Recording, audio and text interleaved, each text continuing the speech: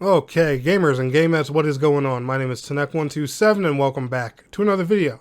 And guys, in today's video I want to give you all my beginner's guide on New World Eternum. However, if you want more New World content, make sure you're liking today's video, and if you're new here, consider subscribing. We upload console MMORPG content every single week, and I would love to have you, and we are on the road to 20,000 subscribers, and it'd be an honor to have you here and join the family. But anyway, let's go ahead and talk about New World Eternum and what you should be focusing on beginning of the game. Now, a few disclaimers. I have just a little bit over 40 or 50 hours in the game right now. I know you're going to see that my current character is level 13. Do not let that fool you. This is actually an alternative character that I just made last night, literally the night before recording this video. I have a character that's a lot higher level than this, but this character is actually going to be my main, and I actually only restarted because I just wanted to change the gender of my character. That's all. That's the only reason I made a brand new character. There's no character change token or anything like that in here, and the creation's a bit lackluster. Just wanted to throw that out there as a disclaimer and clear that up for anybody who has questions. But we're going to be talking over, just some very simple and basic things to get you started off in the game. I would encourage everybody in the comments, especially if you're a veteran to the game, try and leave any tips that you may have for beginner players that you feel like I might have missed or anything like that, because overall, I'm still very new to this game. The console version is my first time playing, so there's a lot of people out there with a lot more experience than what I have that can probably teach you a lot more. But as a console player and somebody who likes to help out other players, I want to just give it a shot. So anyway, let's go ahead and talk about the UI starting here. The UI is pretty cut and dry, very basic, very friendly for a console game. If you can't tell, we're playing on Xbox. At the top, we have our compass. If you scroll over here, you see this nice New World logo. This logo is always going to indicate your main story quest. You guys see this little logo up here that's pointing towards Corinth. That's 572 meters away. Yeah, that's going to always indicate your main quests. These little indicators are going to indicate side quests that are nearby. Usually the only time they're going to pop up on your compass is if they're nearby, but you can always find them on the map as well, which I'll show you guys here in a second.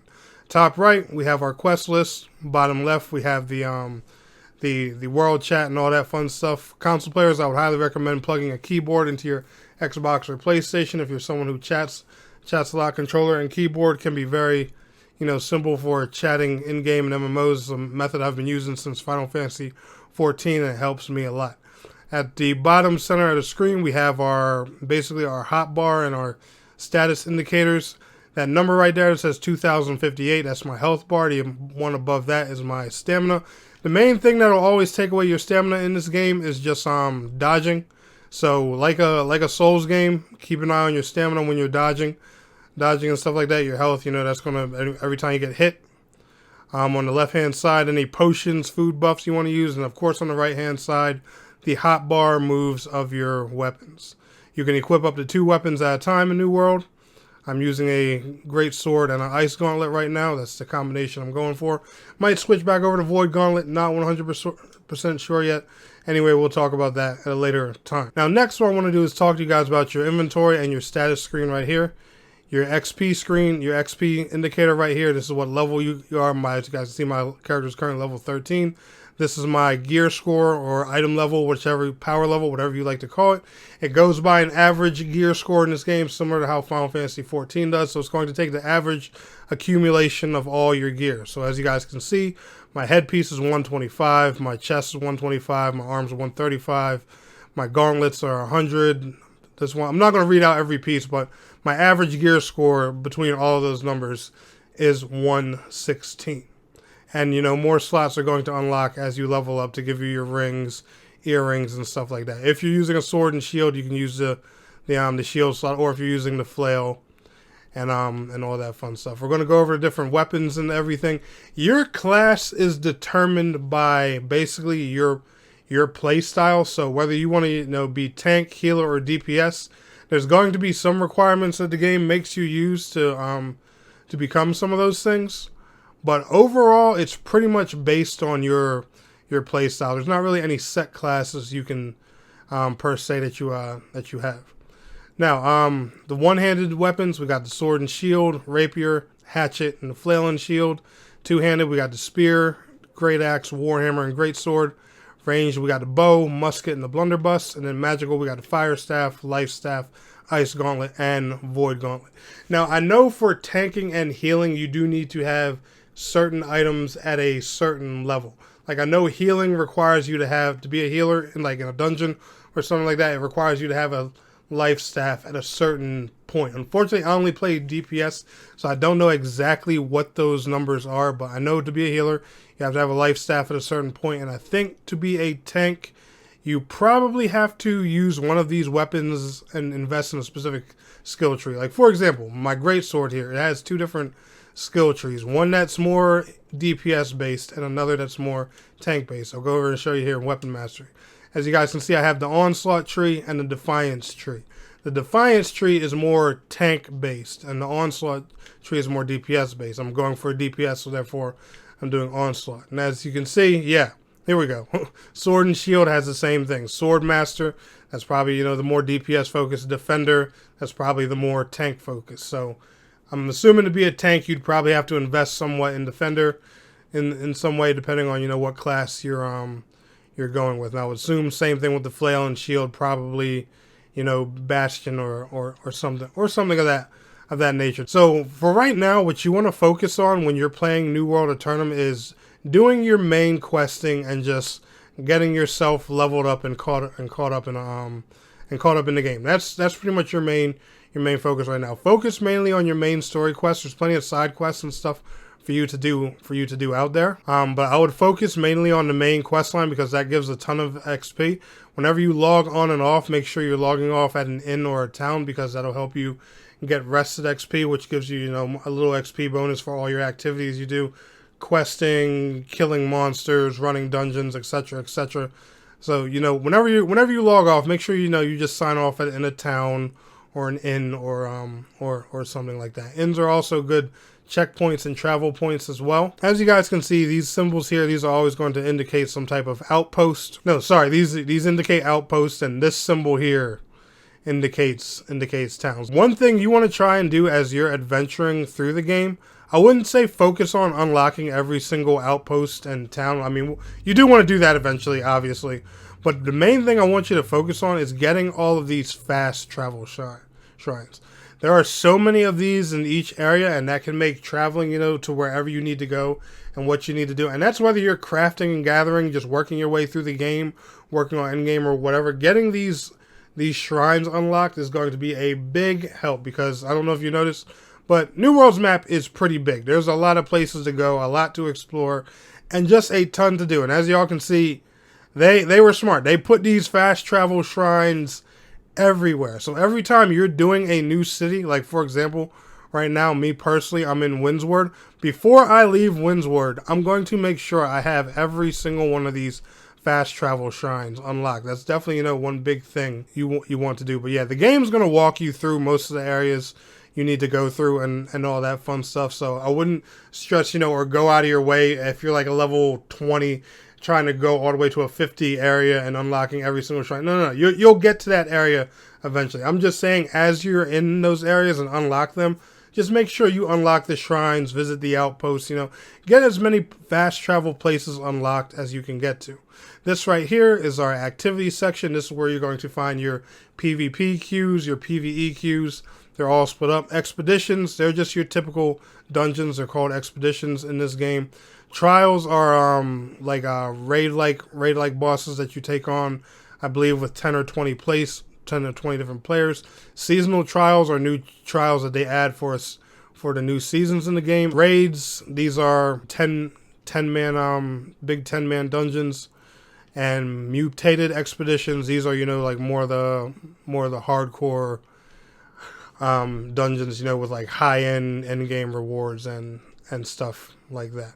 And then Outpost Rush is, really cool PvP game mode. 3v3 arena, pretty self-explanatory what that is. But all your queues for PvE and PvP, you're going to find them right here under the activities section.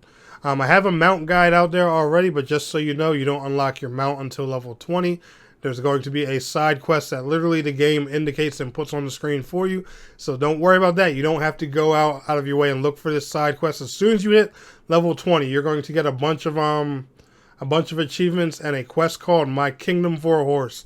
It's literally going to pop right up on your screen. Like, it's going to give you the quest as if you were standing in front of the NPC and accepted it already. So if you're worried about when you get your mount, don't stress it. They even give you a gold rarity one to start with. They're really friendly with the mounting. I know some MMOs aren't too great with that, but don't worry. Whether you buy a mount out of the store or get one, you'll have your mount at level 20. So do not do not stress that. In here, or in your character section, we're just going to go over attributes and weapon mastery. We'll talk about trade skills, PvP, and stuff like that in another video. There's a little bio, you know, just where you can put your title on, picture your character, and tells what company you're part of. Companies are the game's in-game guilds, by the way. And factions, look at them as like your grand company from Final Fantasy XIV. There's 3 different factions. Remember, if you want to play with people in the same company or guild, y'all have to be a part of the same faction. And you can only change factions once every so often. So make sure you do your research on your faction. If you guys want me to make a guide talking about factions, let me know down in the comments below. Make sure you do your research on your faction, find a faction that's good for you, or ask your friends what faction they are a part of before you just jump into one. But also, we're going to talk about your attributes. If you've played any typical RPG or action RPG, you guys are going to know how this skill point system. And they even have it labeled, you know, which weapons are best for which skill points, all up here. Like, for example, strength, they show, you know, sword and shield, great axe, great hammer, blunderbuss, great sword, etc., etc. Dexterity, bow, gun. Also, your constitution, that's just your health, how much HP you have, your defense, and all that fun stuff. But basically, however you're building your character, that's how you want to add your skill points on. So, for example, I'm using a great sword and a gauntlet. So I want to focus, obviously, you know, on strength and intelligence. So, you know, I'm just throwing 1 and 1 into each right there.